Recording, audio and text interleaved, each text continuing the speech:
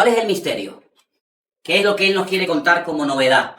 Como algo que nunca se había revelado, como algo que nunca se había dicho. Lo dice a continuación. Claro. El misterio consiste en que no todos dormiremos. Es decir, no todo el mundo va a morir. Exacto.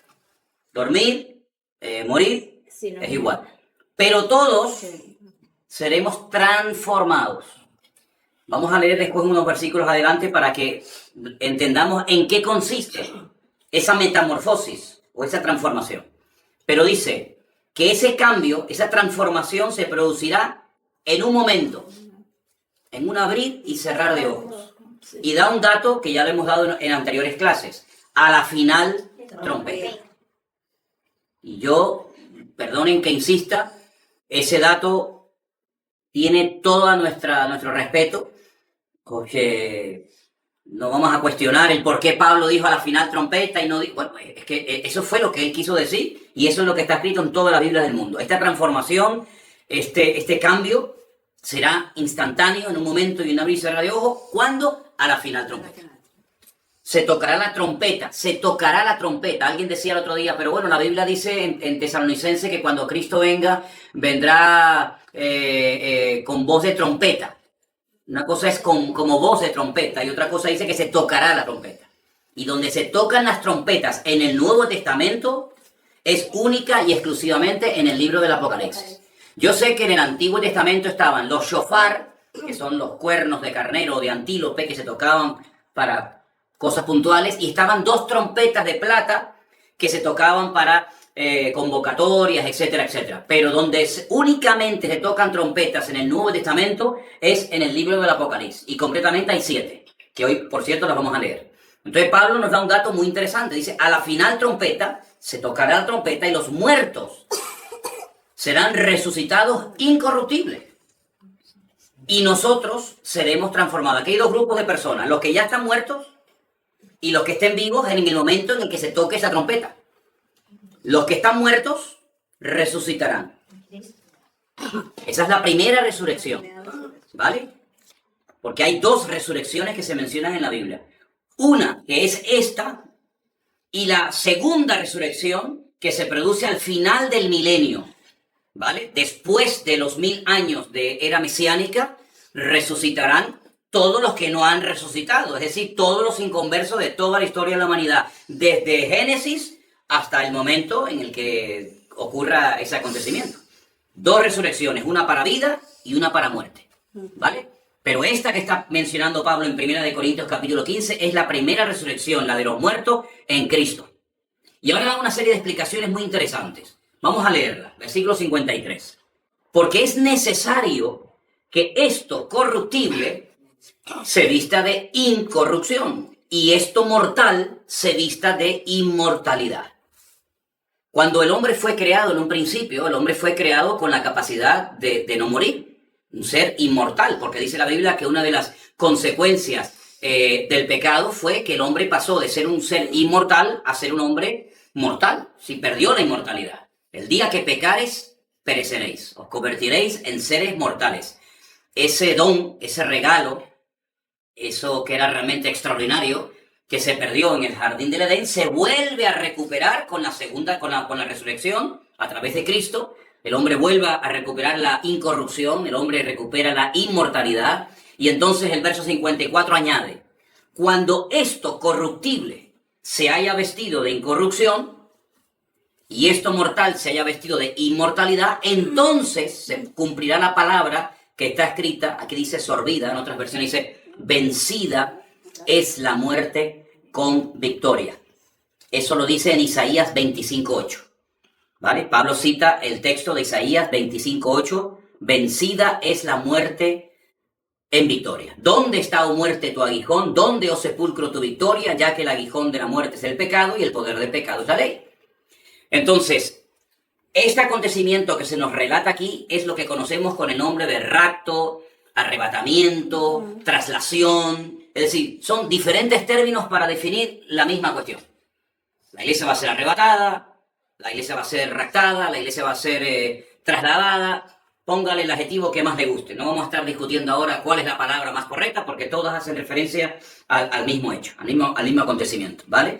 Entonces, los que murieron en Cristo, los que murieron con su fe, mirando hacia adelante, esperando al Mesías, y los que murieron en Cristo, son los primeros que resucitan. Y en un momento y en un abrir y cerrar de ojos, los que estén vivos en ese momento serán juntamente con ellos arrebatados para recibir al Señor en el aire. Eso es el arrebatamiento.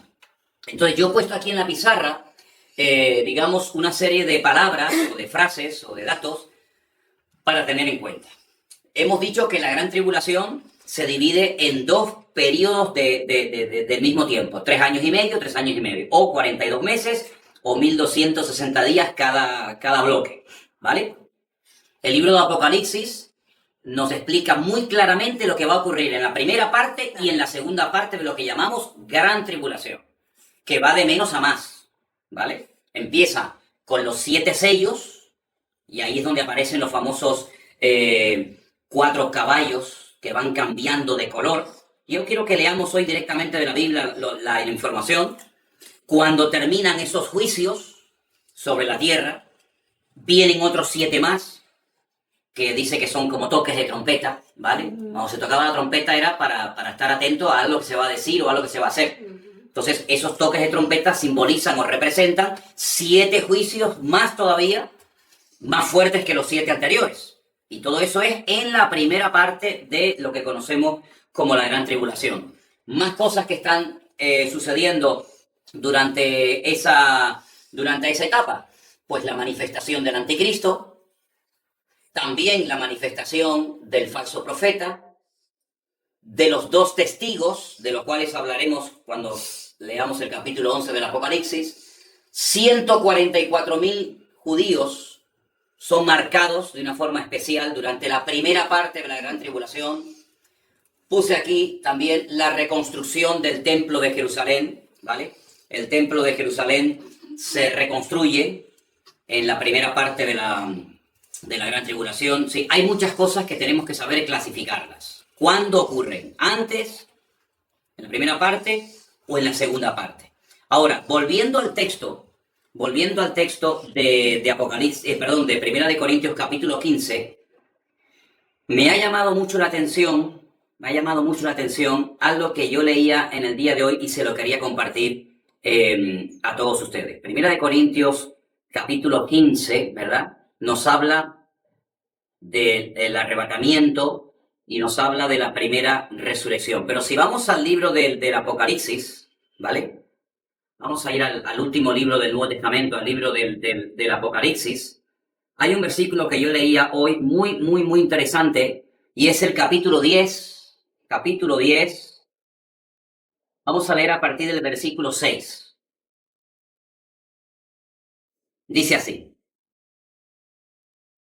Dice que un ángel, si arrancamos del versículo 5, Apocalipsis 10:5, y el ángel que vi en pie sobre el mar y sobre la tierra levantó su mano al cielo y juró por el que vive por los siglos de los siglos, que creó el cielo y las cosas que están en él, y la tierra y las cosas que están en ella, y el mar y las cosas que están en él, que el tiempo no sería más. Fíjense, aquí hay un ángel que está levantando la mano y está jurando y está haciendo esta declaración. Pero miren lo que dice el versículo 7, muy interesante. Apocalipsis 10:7. Sino que en los días de la voz del 7º ángel, cuando él comience a tocar la trompeta, el misterio de Dios se consumará, como él lo anunció a sus siervos, los profetas. Yo quiero que ahora disfruten con esto que vamos a ver, que es para mí tremendamente interesante. Empezamos la clase de hoy leyendo Primera de Corintios capítulo 15, donde Pablo dice, os voy a decir un misterio. Y él dice en qué consiste ese misterio o ese secreto revelado. Ahora en el Apocalipsis vuelve a aparecer la palabra misterio y dice, en los días de la voz del 7º ángel, no del primero, no del segundo, no del tercero, no. En los días del séptimo ángel, cuando él comience a tocar la trompeta, el séptimo ángel es el séptimo que toca la última trompeta, el misterio de Dios se consumará. ¿Y qué misterio es? Ya lo hemos leído. Ya leímos el misterio, 1 Corintios capítulo 15. Bueno, pues cuando el séptimo ángel esté tocando la séptima trompeta, el misterio de Dios se consumirá, se llevará a cabo, como Él lo anunció a sus siervos, los profetas. Claro, uno dice, es decir, que esto ya lo había anunciado el Señor a su pueblo, a su gente, a través de los profetas. ¿Dónde lo anunció? Bueno, el Apocalipsis, si me permiten la expresión, del Antiguo Testamento es el libro de Daniel. Entonces, tienen la página de Apocalipsis 10 abierta, ¿verdad? Sí. Y la 1 Corintios 15 ya la hemos leído. Vamos a Daniel 12:7. Y esto es tremendo lo que dice aquí, porque miren, si ustedes doblan así un poquito, digamos, la página entre Daniel capítulo 12 y Daniel capítulo 10, Apocalipsis capítulo 10, repito, Daniel 12 y Apocalipsis 10, Apocalipsis 10 dice que ese ángel juró por el que vive por los siglos de los siglos. Daniel 12:7 dice 12:7, y oía al varón vestido de lino que estaba sobre las aguas del río, el cual alzó su diestra y su siniestra al cielo y juró por el que vive por los siglos. Es lo mismo. Lo que pasa es que en una ocasión te lo cuenta Daniel y ahora te lo está contando Juan en el Apocalipsis, pero es el mismo ángel. Claro, evidentemente Juan había leído las profecías del profeta Daniel. No cabe la menor duda. Y dice que ese ángel que levanta sus manos jura por el que vive por los siglos de los siglos, que será por tiempos y la mitad de un tiempo. Una expresión que ya para nosotros no es nueva. Es una expresión que nos dice 3 años y medio. Es lo mismo. Pasa que, claro, Juan habla con unos términos, Daniel habla con otros términos, pero estamos hablando de lo mismo. Y entonces dice, y cuando se acabe la dispersión del poder del pueblo santo, todas estas cosas serán cumplidas. El Señor le está hablando a Daniel. Daniel es judío, que pertenece al pueblo de Israel, que en ese momento era el único pueblo santo. Santo significa apartado. No nos compliquemos la vida, ¡ay, santo!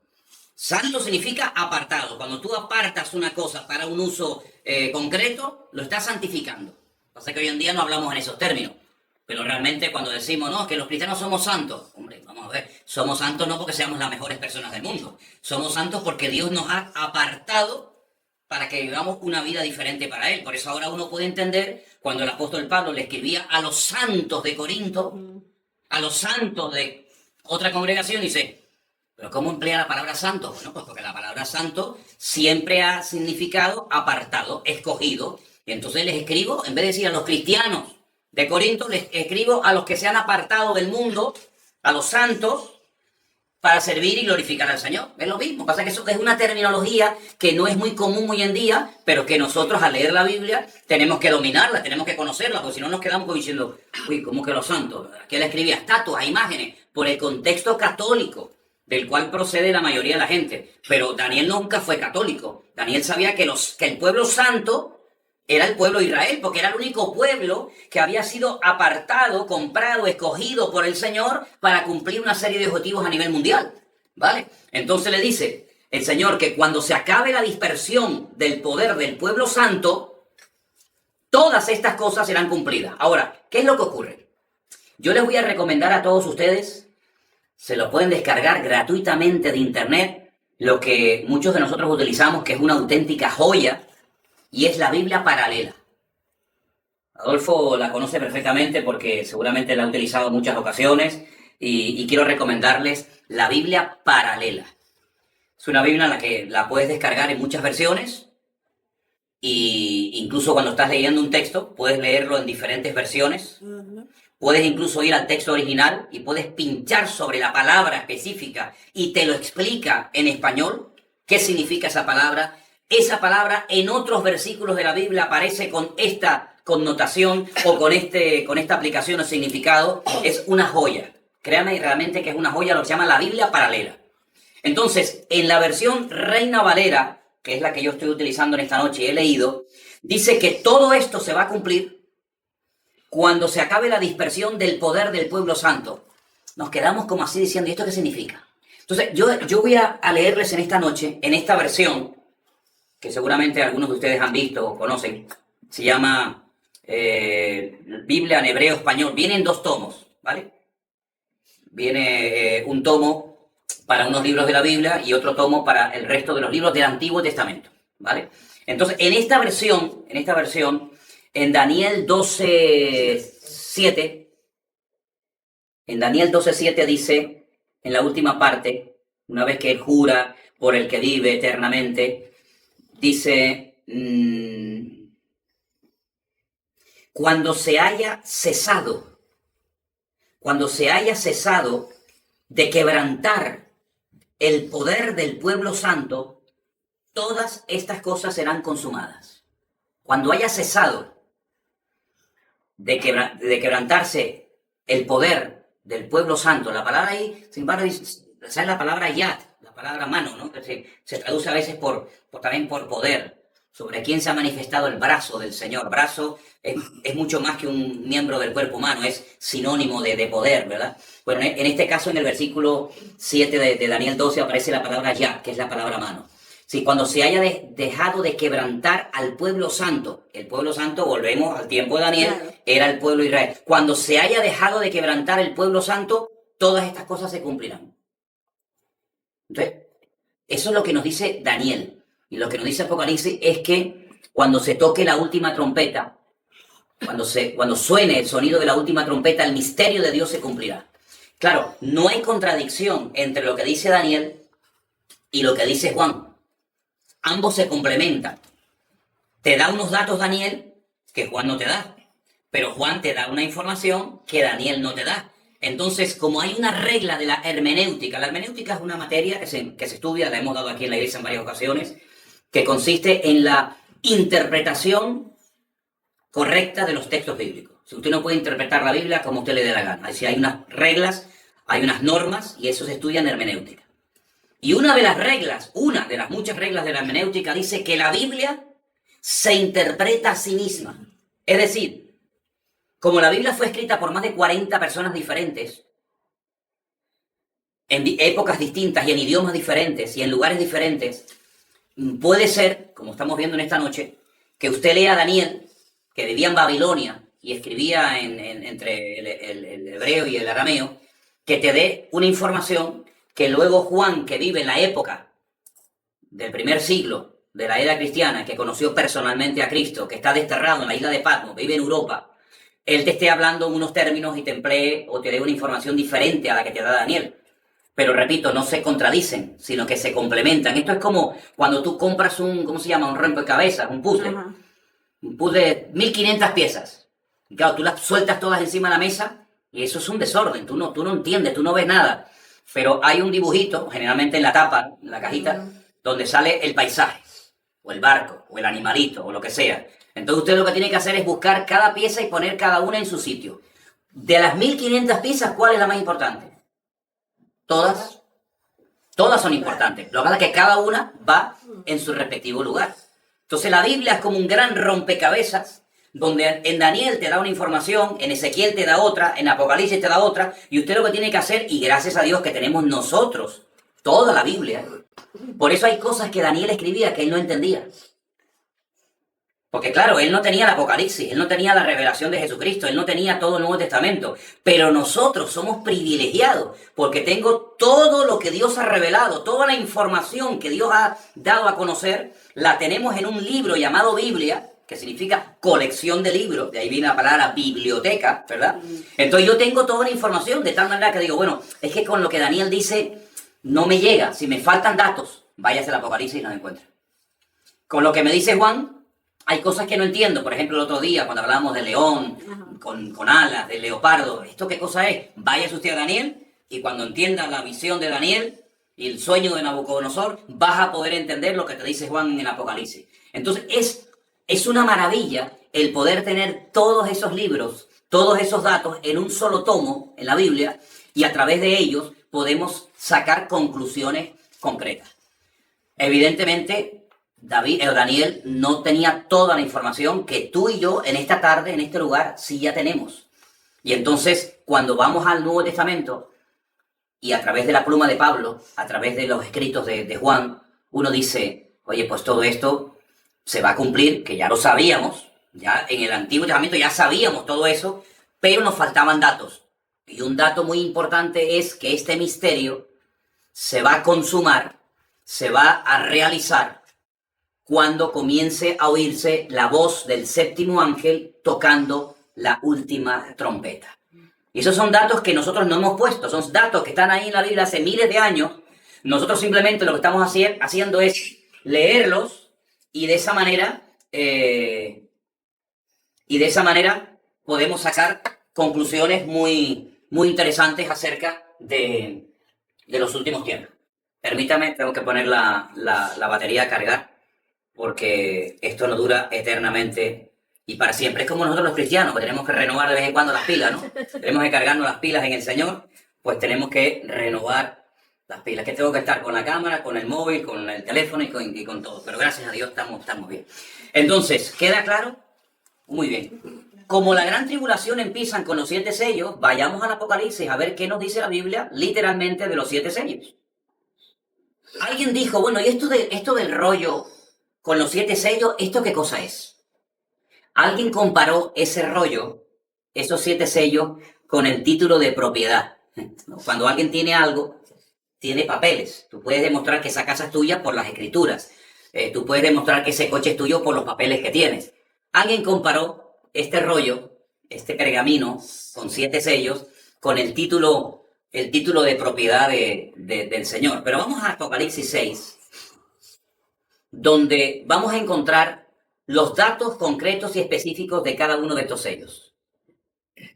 A mí me gustaría leer un versículo y uno cualquiera de ustedes lee el siguiente y así vamos leyendo el pasaje, ¿vale? Empiezo. Apocalipsis 6:1. Vi cuando el Cordero abrió uno de los sellos y oí a uno de los 4 seres vivientes decir, como con voz de trueno, ven y mira. Y miré, y he aquí un caballo blanco, y el que lo montaba tenía un arco, y le fue dada una corona, y salió venciendo y para vencer. Veamos los detalles. Caballo blanco, que va montado por alguien, que lleva un arco, sin flecha, le fue dada una corona era el premio, era el galardón, era el reconocimiento, ¿verdad? Y salió venciendo y para vencer. Vale. Entonces, podríamos decir que así es como arranca la manifestación y el reconocimiento público de este personaje siniestro al cual conocemos vulgarmente con el nombre del antimesías o anticristo. ¿Vale?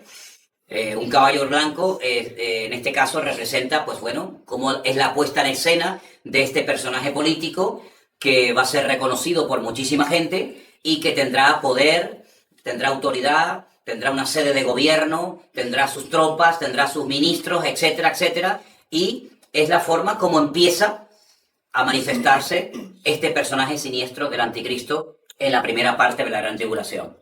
Cuando se abrió el segundo sello, porque hay más, oí al segundo ser viviente que me decía, ven y mira.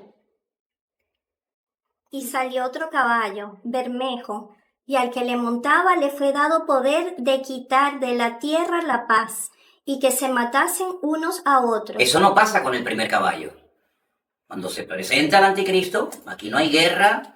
Por eso, claro, cuando la gente me dice, no, es que claro, la iglesia cómo va a estar en la gran tribulación. Bueno, usted imagínese que mañana a nivel mundial se presenta un personaje que lo reconocen. Claro que nosotros lo vamos a reconocer por los muchos datos que nos da la Biblia, que es el anticristo, pero es un político, es un hombre, como he dicho, de carne y hueso, con papá, con mamá, con pasaporte, con cédula de identidad. Entonces se presenta y en principio no hay nada malo.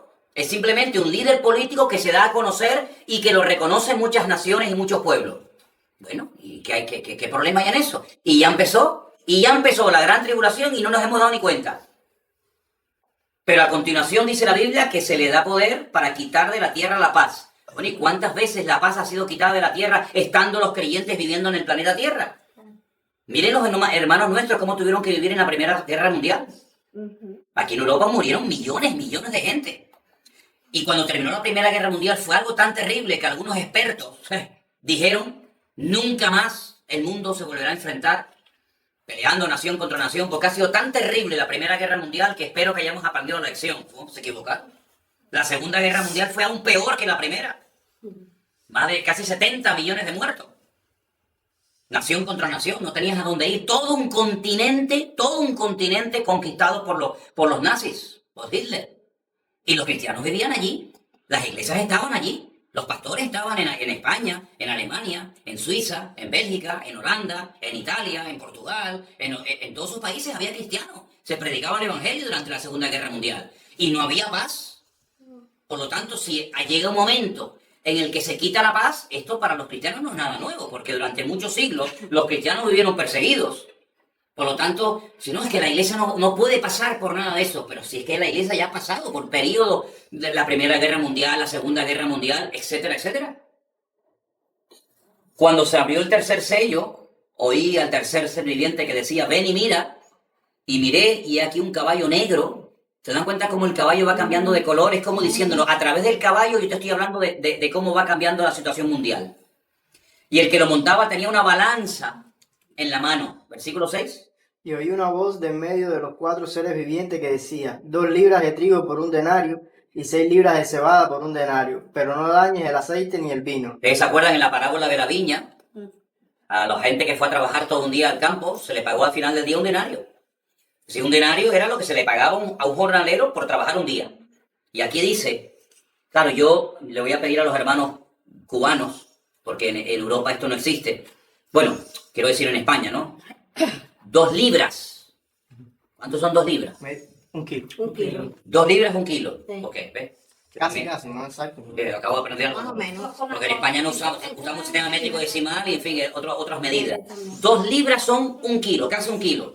Bueno, 1 kilo de pan por 1 denario. Y el denario acabamos de decir que era el jornal de un día. Está muy caro esto, ¿no? Está caro. Trabajar usted todo un día. Cuidado, que no estamos en los tiempos actuales, donde hay derechos, vacaciones, turno partido. No. Estamos viendo en los tiempos bíblicos que se trabajaba desde que salía el sol hasta que se ocultaba el sol. Póngale 10, 12 horas. 12 horas diarias lo que trabajaba la gente en los tiempos de la Biblia. Para que al final del día nada más pueda comprar 1 kilo de pan. Un disparate. No, pero es que hay más. 6 libras, bueno, si 2 kilos, perdón, si 2 libras son 1 kilo, 6 serían 3. Ok. 3 libras de cebada, 6 libras. 6 libras. perdón, 6 libras. 3 kilos. 3 kilos de cebada por 1 denario. ¿Qué le parece? Es carísimo, ¿no? ¿Qué se puede hacer con cebada? Ustedes, hermanas, ayúdenme. ¿Qué se puede hacer con cebada? Cocinarla y tomársela, más nada. Porque eso es lo que Sí, tampoco se puede hacer gran cosa con cebada, ¿no? como fuera- Todo un día trabajando para comprar una barra de pan, 1 kilo de pan y un poco de cebada. Pero no dañe el aceite ni el vino. Es curioso, ¿no? Ni los olivos ni las viñas, lo cual era en aquellos tiempos un artículo de lujo. El aceite el aceite de oliva, se consideraba y se sigue considerando en muchos lugares el oro líquido. Con el aceite se ungía muchas cosas en la Biblia.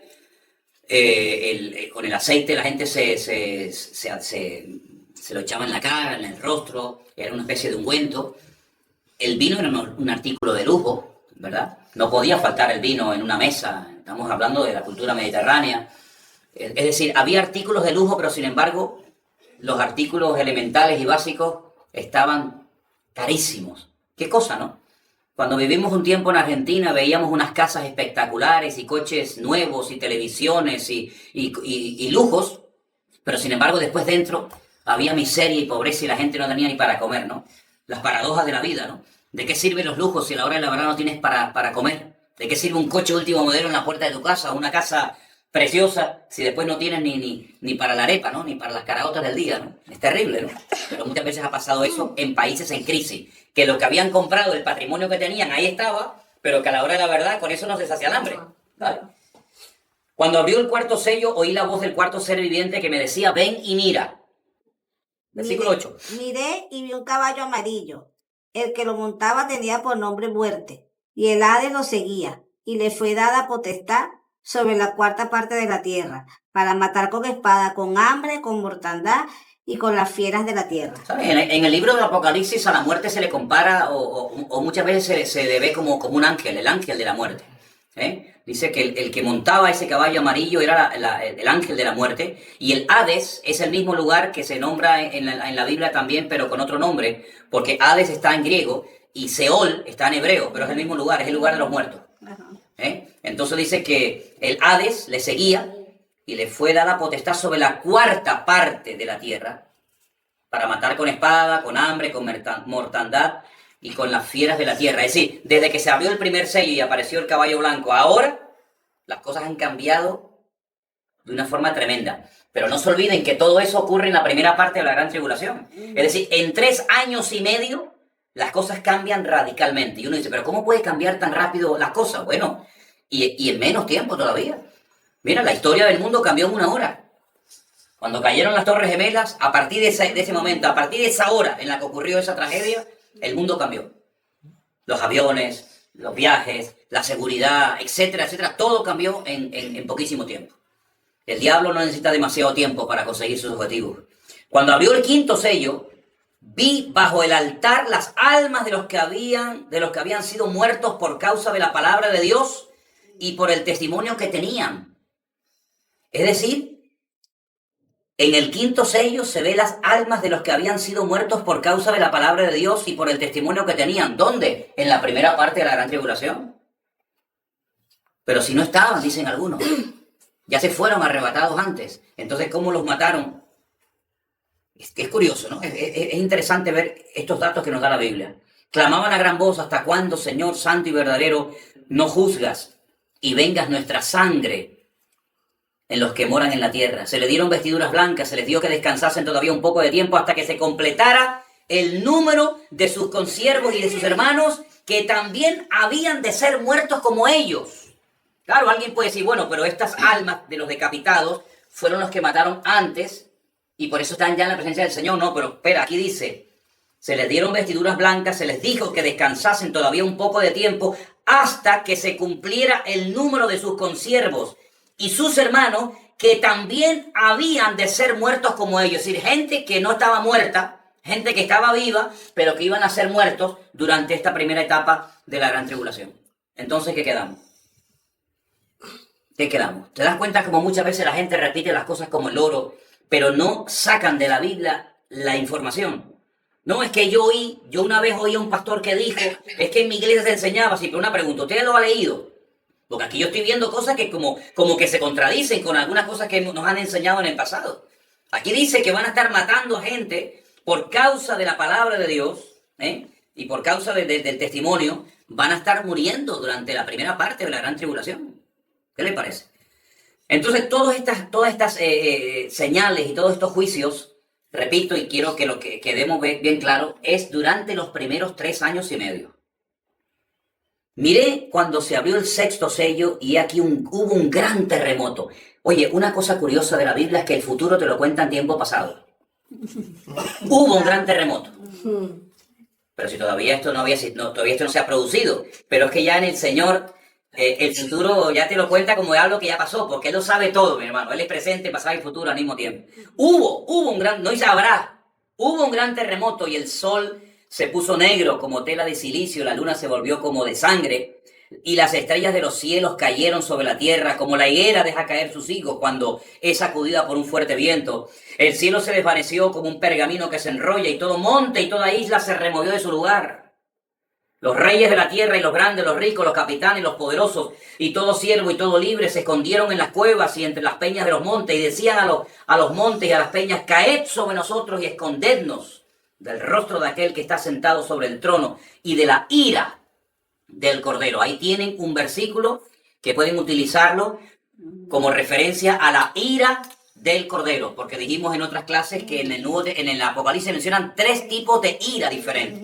Una es la ira del Cordero, otra es la ira de las naciones y otra es la ira del dragón. Son 3 cosas diferentes. Lo digo porque hay gente que utiliza el versículo de, hermano, la Biblia dice que Dios no nos ha puesto para ira, sino para alcanzar salvación. Y es el texto que utilizan para decir que la iglesia o los cristianos no van a estar por lo menos en la primera parte de la gran tribulación. Entonces es cuando lo decimos, pero ¿a qué ira hace usted referencia? Y ahí los desarma, porque dice, ¿cómo que a qué ira? Es que hay tres.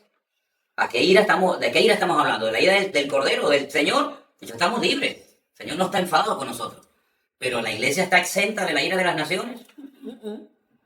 ¿Cuántos cristianos en este momento, en este día, habrán muerto por el Señor? Por naciones impías que le han dado la espalda al Señor. ¿Cuántos hermanos nuestros mueren cada año? Por la ira de las naciones, por la ira del dragón o de Satanás. Incontables. Ahora, entre el sexto sello y el séptimo, hay algo en medio. Y es que se menciona que hay 144,000 personas de origen judío que van a ser marcadas, selladas en sus frentes. ¿Saben que hay una secta que se llama la famosa secta de los testigos de Jehová?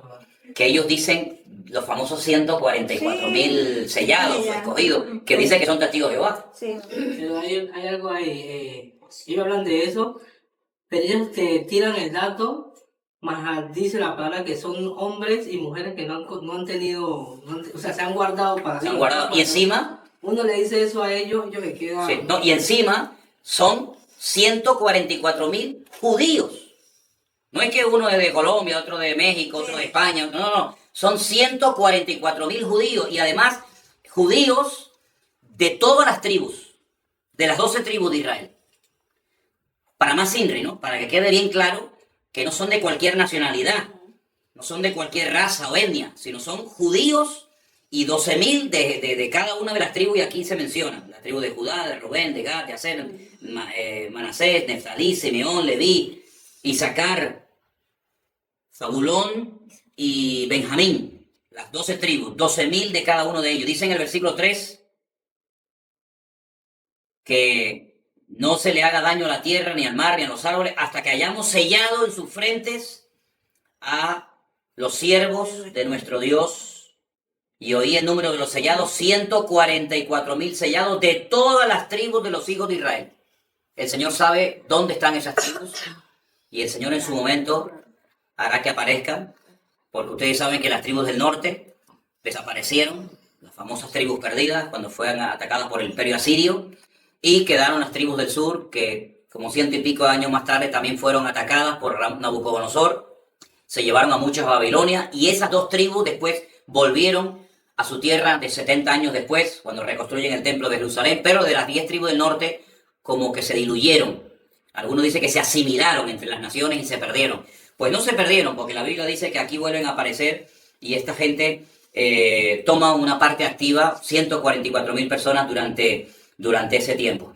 Ahora fíjense qué tremenda influencia, qué tremendo impacto producen estos 144,000, saltando un poquito del pasaje. En el versículo 9 dice, después de esto miré ya que una gran multitud, la cual nadie podía contar, y ahora dice, de todas las naciones, tribus, pueblos y lenguas, que estaban delante del trono y de la presencia del Cordero, vestidos con ropas blancas y con palmas en sus manos. Y más adelante, cuando se le pregunta en el versículo 13, ¿estos quiénes son? ¿Y de dónde han salido o de dónde han venido? Y Juan dice, Señor, tú lo sabes, porque evidentemente Juan no sabía. La respuesta es, estos son los que han salido de la gran tribulación, versículo 14. Y han lavado sus ropas y las han emblanquecido en la sangre del Cordero. Es decir, son gente que se ha convertido durante la primera parte de la gran tribulación, ¿verdad? Y son los que han salido de esa etapa terrible. Y entonces, cuando vamos al capítulo 8, vemos que ahí es cuando se produce el séptimo sello. Y uno dice, bueno, ya por fin llegamos al final. No. Este es el preludio. Queda todavía más todavía. Quedan todavía 14 juicios más. 7 de ellos representados en las 7 trompetas, que son a continuación, y 7 que son los peores y los más terribles, que son las famosas copas de la ira. Entonces son 7 sellos, 7 trompetas y 7 copas. Fíjense, por ejemplo, qué interesante cuando la primera trompeta suena, versículo 7, dice que hubo granizo y fuego. ¿El granizo qué es? Como hielo. Es agua Agua congelada. y hielo se ha congelado. Agua congelada. Es interesante que la palabra hebrea para cielos, Hashamayim, es la unión de la palabra fuego y agua. ¿Sabía eso, verdad? Cuando dice en el libro del Génesis, Bereshit bara Elohim et Hashamayim, la palabra cielos, repito, es la unión de la palabra Esh, que es fuego en hebreo, y Mayim, que es agua en hebreo. Entonces los cielos están compuestos por fuego y por agua. Algo que parece imposible, porque el fuego lo apaga el agua. Y es curioso que del cielo cae granizo, que es agua, y cae también fuego, mezclado con sangre. Son lanzados a la tierra, y la tercera parte de los árboles se quemó. Y se quemó toda la hierba verde. Ahora, yo les animo a que ustedes hagan una comparación entre las plagas de Egipto y los castigos que estamos viendo en el libro del Apocalipsis. Porque podemos trazar como una especie de paralelismo entre cómo trató Dios con los egipcios en el tiempo de Moisés y cómo va a tratar con la tierra en los últimos tiempos. Podríamos decir que en cierto sentido es como una repetición de la historia. Lo que pasa es que en vez de pelear contra Faraón, en aquel caso, que era el objetivo, en este caso es una guerra entre Dios y Satanás. Así de claro. A lo largo de la historia, la luz y las tinieblas, el bien y el mal, siempre se han enfrentado, pero a través de los políticos. El mundo de las tinieblas siempre ha tenido sus instrumentos políticos y digamos que Dios, entre comillas, también ha tenido sus instrumentos y se han enfrentado en batallas y en campos de batalla. Cuando peleaba David contra los filisteos, bueno, era una lucha natural, una lucha física, pero realmente estaba peleando la luz contra las tinieblas. Claro. En este caso Israel representaba al pueblo de Dios, ¿verdad? Israel era un tipo del Mesías y los filisteos, los amorreos, los hititas, etcétera, etcétera, eran los enemigos naturales que en ese momento tenía el pueblo de Dios. Pero en el Nuevo Testamento, y sobre todo en la parte de la Gran Tribulación, se vuelve a enfrentar la luz con las tinieblas, o Dios contra Satanás, pero en este caso, abiertamente, ¿vale? Satanás utilizando al anticristo, y el Señor utilizando las oraciones de su pueblo, utilizando a su iglesia, utilizando a sus escogidos, porque realmente es una confrontación, una lucha abierta entre el bien y el mal. El único enemigo del Antiguo Testamento que se enfrentó contra el trono de Dios fueron los amalecitas. Dice que Amalek osó pelear contra el trono de Dios, porque Amalek representa un espíritu, es el espíritu del anticristo, es el espíritu que se ve en el libro de Esther, que intenta exterminar a todo el pueblo de Israel. Gracias al Señor se celebra la fiesta de Purim, se celebra la gran victoria sobre los enemigos, sobre los amalecitas. Enemigos que tenían que haber sido destruidos con el primer rey de Israel, cuando Saúl recibió la orden de destruir a los amalecitas, no lo hizo, y siglos más tarde o tiempo más tarde, en la época de la reina Esther, pues vemos que lamentablemente se vuelve otra vez a producir la batalla. Entonces vemos cómo el ataque siempre es contra el pueblo de Dios y contra el Dios del pueblo. Siempre, siempre, siempre. De una manera u otra. Entonces vemos que en la primera trompeta se produce esto. La segunda trompeta, versículo 8, ¿alguien lo puede leer? Estamos en el 8 del libro de Génesis, por favor. Perdón. Apocalipsis. El segundo ángel tocó la trompeta y como una gran montaña ardiente en fuego fue precipitada en el mar, y la tercera parte del mar se convirtió en sangre. Entonces en la primera toque de trompeta son los árboles y es la hierba verde la que es afectada. En la segunda parte es el mar, el que también automáticamente es afectado. Entonces ya, fíjense, vayan sumando las cosas que van cambiando. Murió la tercera parte de los seres vivientes que estaban en el mar, y la tercera parte de las naves fue destruida. Y va a ser algo tremendo. Hace poco hemos visto en televisión imágenes de miles y de miles de peces flotando en las orillas de las playas por todas estas cosas que han ocurrido últimamente en España. Entonces estamos viendo la punta del iceberg. Estamos viendo cómo es posible que con un cataclismo, con una catástrofe de esta magnitud, puedan morir millones de peces. Hace unos días hemos visto miles, pues bueno, todo como va de menos a más, pues no nos sorprende. El tercer ángel tocó la trompeta y cayó del cielo una gran estrella. Algunos pueden decir que es como un meteorito ardiendo, como una antorcha, que cayó sobre la tercera parte de los ríos y sobre las fuentes de las aguas. Pasamos de la hierba verde, los árboles, pasamos del mar, ahora los ríos. El nombre de la estrella es ajenjo, que es como amargura. La tercera parte de las aguas se convirtió en ajenjo, amargas. Muchos hombres murieron a causa de esas aguas porque se hicieron amargas.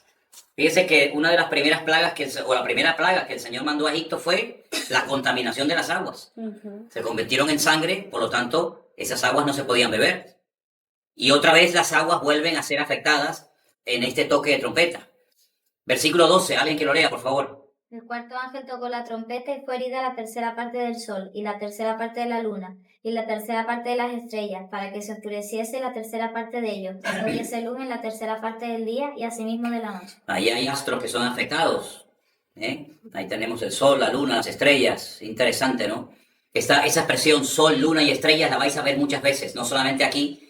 Cuando vayamos al capítulo 12 y estudiemos, analicemos quién es la mujer que está con dolores de parto a punto de parir y Satanás tratando de devorar al niño que lleva en su vientre, dice que estaba con el sol, la luna y las estrellas, se vuelve a mencionar. Uno de los sueños que tuvo José en el Antiguo Testamento también habla de que soñó con el sol, la luna y las estrellas. Son expresiones muy repetitivas. Miré y oí un ángel volar por el medio del cielo diciendo a gran voz, ¡ay, ay, ay de los que moran en la tierra a causa de los otros toques de trompeta que están para sonar, los tres ángeles! Capítulo 9, versículo 1. El quinto ángel tocó la trompeta y vi una estrella que cayó del cielo a la tierra. Otra más. Y se le dio la llave del pozo del abismo. Se abrió el pozo del abismo y subió humo del pozo como humo de un gran horno. Se oscureció el sol y el aire por el humo del pozo. Versículo 3, por favor. Y el humo salieron langostas sobre la tierra, y se les dio poder como tienen poder los escorpiones de la tierra. Se les mandó que no dañasen a la hierba de la tierra, ni a cosa verde alguna, ni a árbol, sino solamente a los hombres que no tuviesen el sello de Dios en sus frentes. ¿Y quiénes son los hombres que tienen el sello de Dios en sus frentes? Los 144,000.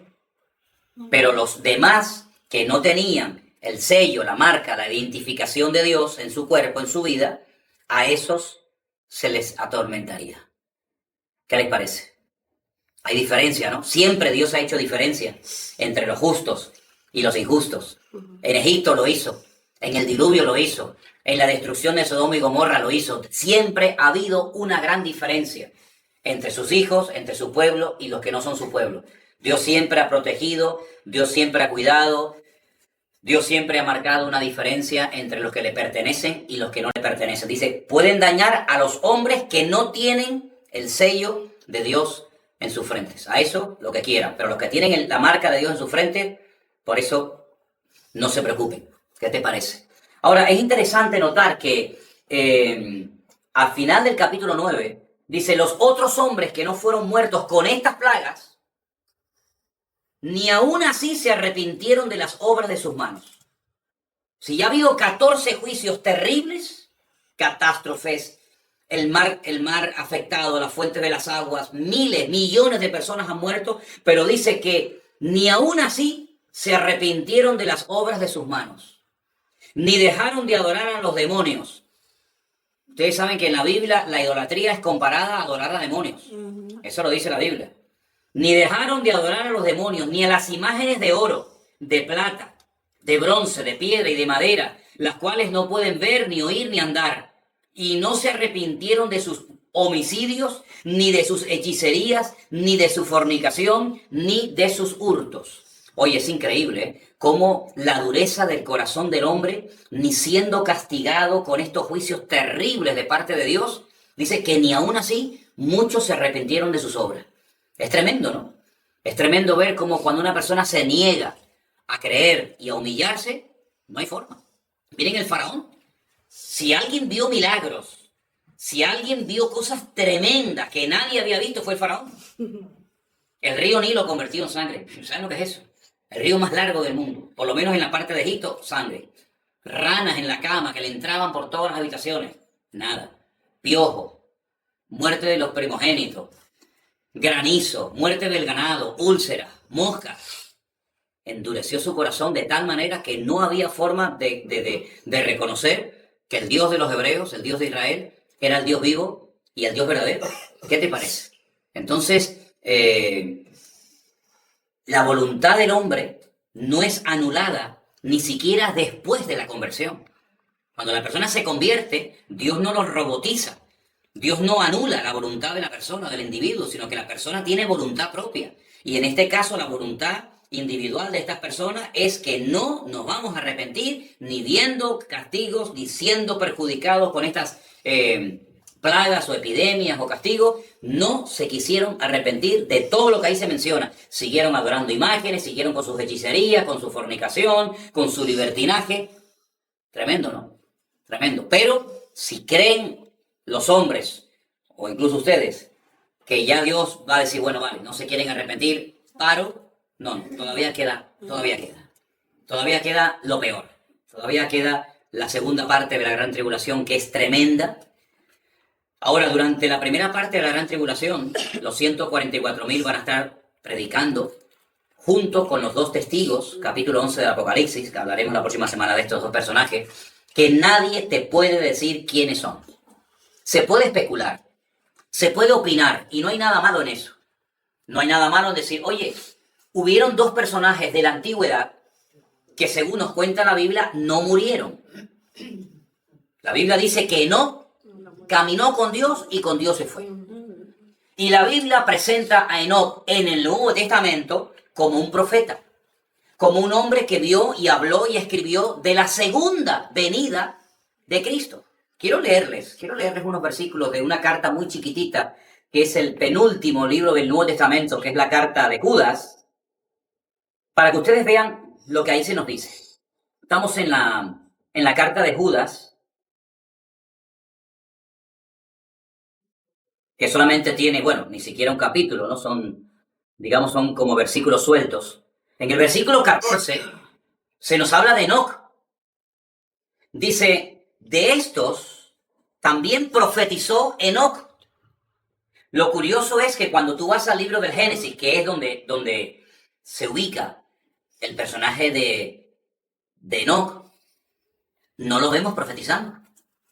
Pero sin embargo, Judas dice que Enoc profetizó.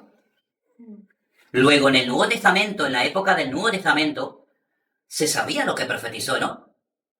Bueno, hay un famoso libro apócrifo, ¿no?, que se llama el famoso libro de Enoc. Y dice que Enoc, que fue la séptima generación después de la de Adán, dijo, he aquí vino el Señor con sus santas decenas de millares. Esto no fue en la primera venida. El Señor no vino con sus santas decenas de millares en su primera venida. Luego Enoc, este personaje ancestral, antes de Abraham, antes de Moisés, antes de la ley, dice, vino el Señor con sus santas decenas de millares para hacer juicio contra todos y dejar convictos a todos los impíos de todas sus obras impías que han hecho impíamente y de todas las cosas duras que los pecadores impíos han hablado contra él. Esto lo dijo Enoc. Y ese hombre no murió. Dice la Biblia que Dios lo arrebató. Dios se lo llevó. Y hay otro segundo personaje, que es el famoso profeta Elías, que dice la Biblia que fue arrebatado en vida. Un carro de fuego se lo llevó a la presencia del Señor. Y son los dos únicos personajes de la historia que no experimentaron muerte. ¿Por qué se dice que puede ser Enoc y Elías esos dos testigos o dos predicadores que van a venir en la primera parte de la gran tribulación? Bueno, porque no murieron. Y como hay un versículo muy interesante que está en Hebreos 9:27, compróbenlo si no me equivoco, que dice, es necesario que todos los hombres mueran una sola vez y después de esto el juicio. Algunos dicen, bueno, pues si está establecido por Dios que todos los hombres mueran una sola vez y estos no murieron, y dice la Biblia que los matan a los dos predicadores o a los dos testigos, los dos olivos, como se le llama en el libro de Zacarías, los matan, pues entonces no van a morir dos veces. No van a morir dos veces. Como no han muerto, los matan en la gran tribulación. A los 3 días el Señor los resucita, los lleva a su presencia. Entonces, algunos dicen, puede ser Enoc, puede ser Elías. Hay gente que lo ha dicho, pero yo no me atrevo a decir que son Enoc y Elías. porque la Biblia no lo dice. Dije hace unos días que hay un libro que escribió un pastor español que él dice los nombres de los 2 testigos. Claro, tendrá una iluminación que no tuvo ni Juan en el Apocalipsis, ¿no? Otros dicen que puede ser Moisés y Elías. Moisés como representante de la ley y Elías como representante de los profetas, porque además en el monte Tabor, en el monte de la Transfiguración, se presentaron estos 2 personajes, Moisés y Elías, y los 2 estuvieron hablando con Cristo, y después dice que desaparecieron y se quedó solo Jesús, se quedó solo el Señor allí. Pero bueno, yo veo en el libro del Génesis que Moisés murió. Y si quieren podemos leer también en la carta de Judas, en el versículo 9. Pero cuando el arcángel Miguel contendía con el diablo, disputando con él por el cuerpo de Moisés, no se atrevió a proferir juicio de maldición contra él, sino que dijo, el Señor te reprenda. Dice que Satanás se quería llevar el cuerpo de Moisés, pero el cuerpo muerto, no el cuerpo vivo. Luego Moisés murió. Entonces va a venir en la gran tribulación y lo van a matar a Moisés. ¿Ustedes creen sinceramente que Moisés va a venir en la primera parte de la gran tribulación? Y a este hombre, este santo varón de Dios, ¿lo van a matar para después resucitarlo otra vez? Sinceramente, en mi opinión personal, es que no. Yo no creo que el Señor tenga preparado a Moisés para que venga en la gran tribulación y lo maten. Entonces, bueno, los 2 únicos que nos quedan posibles candidatos sería Enoc y sería Elías, pero no tenemos ninguna autoridad bíblica, ningún respaldo bíblico para afirmar tal cosa. Por lo tanto, el Señor sabe quiénes son. Ni tú ni yo, ni nadie en el planeta Tierra sabe de quiénes se tratan estas personas. Lo que sí nos dice Apocalipsis capítulo 11, y el próximo día lo leeremos con todo detenimiento, es a lo que vienen, lo que hacen, cómo mueren, cómo son resucitados, pero eso lo dejamos para la próxima semana. Lo que sí quiero que tengamos bien claro son las cosas que van a ocurrir en la primera parte de la gran tribulación. Cosas que en un momento determinado no son cosas tan terribles como, por ejemplo, cuando algunos cristianos me han preguntado, pero hermano, y entonces cuando nos vayan a marcar con la marca de la bestia, porque los que se dejen marcar después no se pueden convertir. Pero ¿dónde dice la Biblia? ¿Dónde dice la Biblia que en la primera parte, en los primeros 3 años y medio de la gran tribulación, marca el anticristo a la gente? ¿Dónde dice eso? ¿No lo dice? Eso no lo dice. Por lo tanto, no hay que tener ningún temor de que vamos a ser marcados con el chip, con la marca del 666 de la bestia, que si nos dejamos marcar, claro, para poder comprar y vender hay que dejarse marcar, porque si no, ¿cómo hago? Pero es que eso no pasa en la primera parte de la gran tribulación. Por lo tanto, yo le digo a los que están con esa preocupación, relájense, despreocúpense. No se preocupen por eso, eso no va a afectar la primera parte de la gran tribulación. Si vamos a estar en la primera parte de la gran tribulación, si vamos a estar en esa primera parte, que yo creo que sí, ahí no pasa nada de la marca de la bestia. Usted podrá comprar y vender siempre y cuando tenga dinero. Si no tiene dinero, pues le va a pasar lo mismo que hoy en día. Algunos ya están pasando una tribulación hoy en día, aunque no haya empezado, porque dicen, es que no puedo comprar, entonces ya está en la tribulación, hermano. Por lo tanto, lo que sí quiero que ustedes se den cuenta es que lo que va a ocurrir en la primera parte de la gran tribulación, y puse al final, pero no por ser menos importante, la reconstrucción del templo de Jerusalén. Algunos dicen, bueno, pero eso es simbólico. Cuando alguien ve algo muy imposible, recurre a la palabra, eso es simbólico. ¿Saben que antes de la restauración nacional del pueblo de Israel en 1948, hasta algunos judíos llegaron a plantearse que la reconstrucción nacional, el retorno de Israel a su país, no era algo que se tenía que tomar como algo literal, sino como algo simbólico? Incluso muchos judíos multimillonarios pensaron en ir a África y comprar grandes extensiones de terreno para crear el Estado de Israel en África y reconstruir el Templo de Jerusalén en África, porque veían imposible que Israel pudiera volver a Israel, a su país. ¿Imposible? En un día se proclamaron país, en un solo día. Y la pregunta del profeta era, ¿en un día se levantará una nación? Como diciendo, oh, sí, eso no se puede, una nación, mira los catalanes. No se me enfaden los catalanes que me están viendo. Los catalanes declararon la República Catalana y de República Catalana de momento nada hay. Un país no se levanta en un día, ni en una semana, ni... No, eso es... Miren los kurdos. Miren los kurdos, los siglos que llevan reclamando un país. Y los kurdos, los pobrecitos, están ahí entre Siria, entre los turcos. Y no hay manera. ¿Y cuántas etnias, cuántos pueblos están reclamando un territorio para declararlo país? Nada. El único país de la historia de la humanidad que se levantó en un día fue el Estado de Israel. Mayo de 1948. Pasaron levantándose por la mañana y no existía Israel, y a las 4 de la tarde ya existía el Estado de Israel. ¿Qué te parece? Es un milagro histórico, eso no ha pasado nunca, ni pasará jamás. Y ahí están. Y desde Israel nos está viendo nuestros hermanos. Eso es una realidad, están allí. Están allí en Israel. Hay un país con su bandera, con su escudo, con su himno, con sus soldados, con su gente. Ya más de 9 millones de judíos están viviendo en el Estado de Israel, y los millones que van a venir, los millones que van a ir a Israel en los próximos meses, en los próximos años, va a ser algo tremendo, ¿verdad? Entonces, de simbólico nada. Lo que pasa es que cuando la gente ve algo imposible de cumplimiento, dice, no, eso es algo simbólico. Le pregunté una vez a un rabino en Jerusalén acerca de la reconstrucción del tercer templo, y ¿saben lo que me dijo? Me dijo, hace 70 años atrás no existía este país. Y ya estamos aquí. Y era imposible que eso se diera. Imposible. Hoy en día algunos ven imposible que si la mezquita de Omar, la mezquita de Al-Aqsa, que Jordania protege las planadas de las mezquitas, ¿qué va a pasar con los árabes si a los judíos se les ocurre subir al monte Moriah y reconstruir el templo? Se ve como algo imposible. ¿Y era más fácil reconstruir el templo de Jerusalén? Miren, no me voy del tema, pero fíjense qué interesante cuando Jesús está en Capernaum, en una casa, predicando, y de repente le descuelgan a un paralítico que no puede caminar, que lo descuelgan entre 4 amigos.